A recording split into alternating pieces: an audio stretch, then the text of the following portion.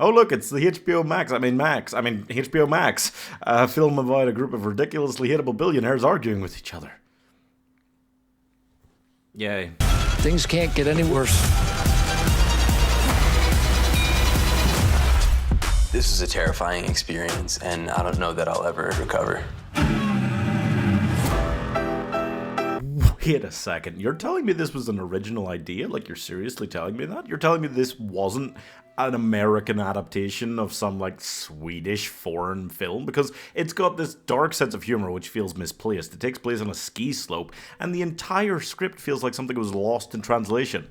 Oh no, I see. It was made by a guy who was ridiculously burned out from making Succession for years, throwing down a half-baked, super obvious idea without thinking it through. That makes even more sense, I guess. Mountainhead stars Steve Carell, Ramyyoussef, Jason Schwartzman, and Corymichaelsmith as the cast of It's Always Sunny in Philadelphia if they had tech bro money. Instead of hatching some random plot in Paddy's pub, they're hatching a plot to use AI to, like, destroy the world and take over countries and dismantle governments and stuff like that just because they can, and they're just having a fuck around and constantly arguing with each other and threatening to kill each other and things like that just because they can, because they think they can just do whatever they want, because they're billionaires. Get it? Do you get it? Should we explain it more? Do you get it? So one of them pretty much owns Twitter, and AI videos are tearing the world apart and stuff like that. And then there's this other one that has created this AI safety tool thing that would fix that, which pits him as the good guy, but only compared to the other evil billionaires. Steve Carell is like the granddaddy billionaire who's starting to lose power now. And Jason Schwartzman is there as the, like, per friend, because he's not even a billionaire, he's like a 300 millionaire or something like that, so he's the per friend, but also ridiculously not. And I gotta say, there is inherently a problem with a film where you're meant to hate all the characters, because, like, if I was stuck at a party with these four guys for 2 hours, I would consider it an absolute nightmare.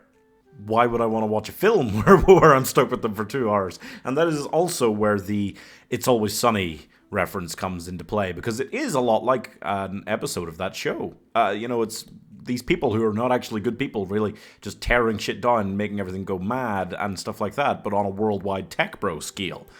And like an episode of It's Always Sunny, which is usually 20 minutes of fun content, this has 20 minutes of fun content. It's just nearly 2 hours long, so that's not a good ratio.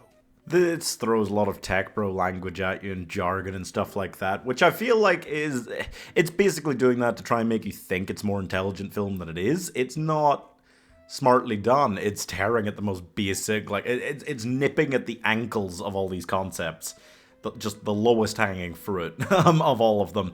And there's nothing necessarily wrong with that, but it's not like dumbing the concepts down to try and, like, help everyone understand that billionaires are bad. It's using, like, incredibly complex, like, AI jargon at times, just throwing it in there, like all these buzzwords and things. And I know a fair amount about the AI world, but I couldn't necessarily keep track with all of this, which makes me wonder how anyone almost is going to stay, like, invested and interested, particularly in that first hour. This is a good insight into exactly what I would expect HBO streaming trash to look like. Yeah, it thinks it's elevated, but it's not really. It's just more complicated version of the same kind of crap that other streaming services are pushing out there. Only it is doing so with a voluntarily much smaller audience by using all this technical language and jargon. I mean, by the time you've explained the plot for 5 seconds, I'm already asleep at the wheel. And there are flashes, for sure, of actual humor and of really good things in here, and the dark humor can be quite amusing at times, but not for as long as they draw it all out to be. It's just really long and really dull, and I don't see how people could stay engaged. It was a bit of a slog to get through. It needed more characters, I think, because there's no character that has more than, like, a couple minutes of screen time that's not a billionaire.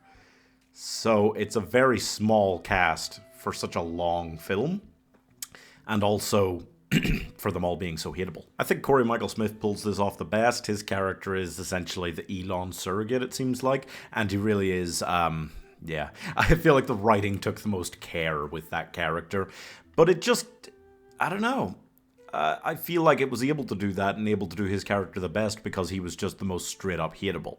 The others, they tried to introduce some sort of layers to them or something, and it didn't really work for me. I also think the first hour, there really is just no story.